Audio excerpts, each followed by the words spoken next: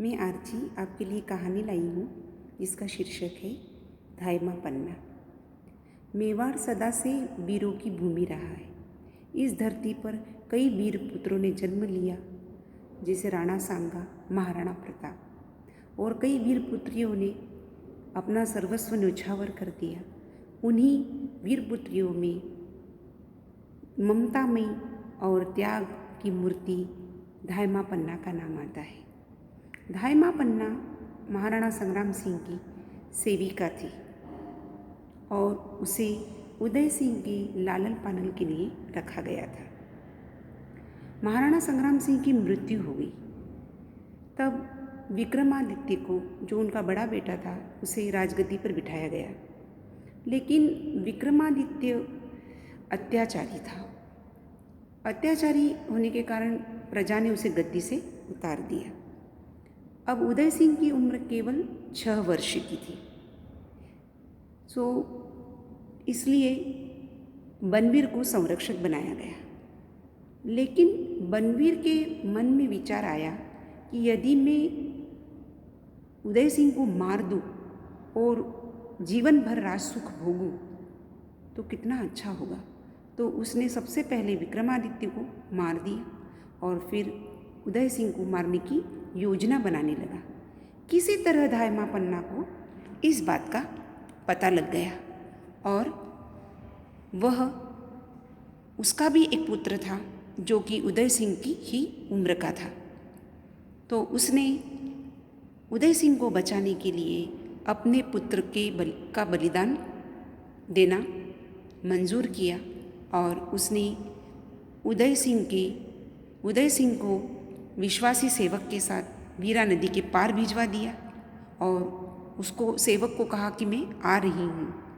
और उसके बाद उसने उदय सिंह के कपड़े और गहने अपने पुत्र को, जो कि 6 वर्ष का था, उसे पहना दिए और उसे उदय सिंह के बिस्तर पर लेटा दिया। उसी थोड़े समय के बाद बनवीर तलवार लेकर कड़कती आवाज़ में आया और कड़कती आवाज़ में बोला, कहाँ है उदय सिंह? धायमा पन्ना ने बिना हिचकिचाहट के बिस्तर की तरफ इशारा कर दिया और देखते ही देखते बनवीर ने उसके टुकड़े टुकड़े कर दिए। धायमा पन्ना हृदय पर पत्थर रखकर यह सब देखती रही और बनवीर ने कहा कि इस शव को जला दो और तुम मेरी नज़रों से दूर हो जाओ। धायमा पन्ना ने अपने पुत्र का अंतिम संस्कार किया और उसके बाद वीरा नदी के पार पहुंची और उदय सिंह को लेकर सभी सरदारों के पास गई। लेकिन किसी भी सरदार ने उसे रखने से मना कर दिया और क्योंकि सभी बनवीर से डरते थे। फिर आखिर में वह सरदार आशा शाह के पास गई। सरदार आशा शाह भी हिचकिचा रहे थे। फिर उन्होंने उनकी माँ को मालूम पड़ा कि तो वो दौड़ी हुई आई और उन्होंने अपने बेटे को बोला कि आज तुमने मेरे दूध को कलंकित कर दिया। जिस राणा के उपकारों के तले हम दबे हुए हैं, जिस धरती ने हमें सब कुछ यहाँ पर दिया और उसी के राजवंश को बचाने के लिए उसको तुम रखने को तैयार नहीं हो। तब फिर आशा शाह को अपनी गलती का एहसास हुआ और वो माँ के चरणों में गिर पड़े और उन्होंने माँ को वचन दिया कि जब तक मेरे शरीर में खून की आखिरी बूंद रहेगी, आखिरी बूंद तक मैं उदय सिंह की रक्षा करूँगा। और उदय सिंह आशा शाह के पास पला बढ़ा और फिर 16 वर्ष की अवस्था में लोगों को, जब वो 16 वर्ष का हुआ तब लोगों को मालूम पड़ा कि उदय सिंह जिंदा है।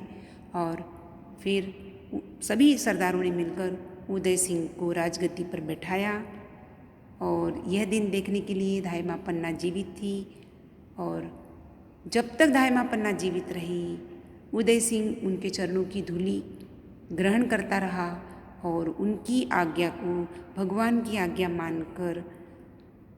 मानता रहा और इस तरह धायमा पन्ना एक वीर पुत्री जिसने कि देश के लिए अपने पुत्र का बलिदान दिया और इसके लिए देश हमेशा, इतिहास हमेशा धायमा पन्ना को याद करता रहेगा।